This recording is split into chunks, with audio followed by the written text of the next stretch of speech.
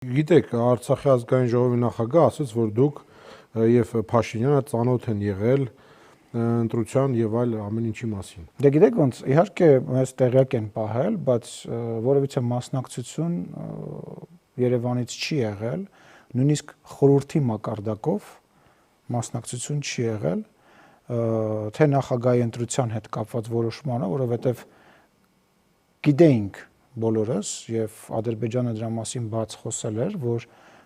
նախագահի ընտրությունը իրենց համար բավականին ծանր եւ սադրիչ գործողություն է եւ Արցախի իշխանությունները, չգիտեմ ոնց ասեմ իշխանությունները, մի խոսքով են մարդիկ, ովքեր որ ներկայացնում էին Արցախը, դրանց մեջ մտնում էին գիտեք երևի նախկին նախագահները, ես անկեղծ ասած նույնիսկ չգիտեմ ելով ա եղել այնտեղ, այդ որոշումը կայացրեցին։ Եվ հետագայում նաև այն փաստաթուղթը, որի մասին որ պարոն Իշխանյանը խոսել է, այդ փաստաթուղթը մենք տեսել ենք եւ միակ զանգը եւ խոսակցությունը, որը որ տեղի է ունեցել, դա վարչապետի կողմից այն արտահայտությունն է եղել, որ մեր համար մտահոգիչ եւ անընդունելի է, որ այդ փաստաթղթի մեջ նշված է Հայաստանի Հանրապետության զինված ուժեր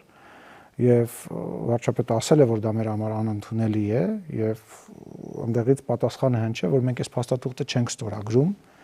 այս փաստաթուղթը հայտարարություն է լինելու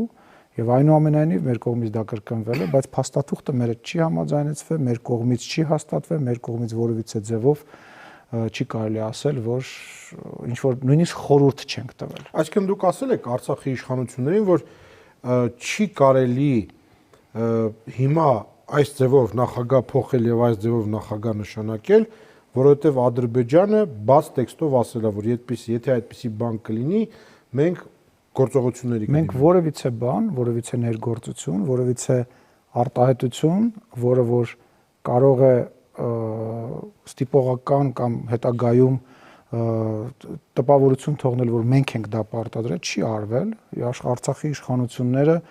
այդ նույն տեղեկությունները ունեցել են, հաճախ այդ տեղեկությունները հենց իրենք են մեզ փոխանցել, որ նման բան են ասում ադրբեջանցիները, որովհետև իրենց կապը շատ ավելի հաճախակի եւ ավելի ուղիղ է եղել, նաև ռուս խաղաղապահների ղեկավարության միջոցով եւ փաստաթուղթն էլ իրենք քննարկել են ռուս խաղաղապահների ղեկավարի հետ, կրկնում եմ, նույնիսկ խորհուրդ բառը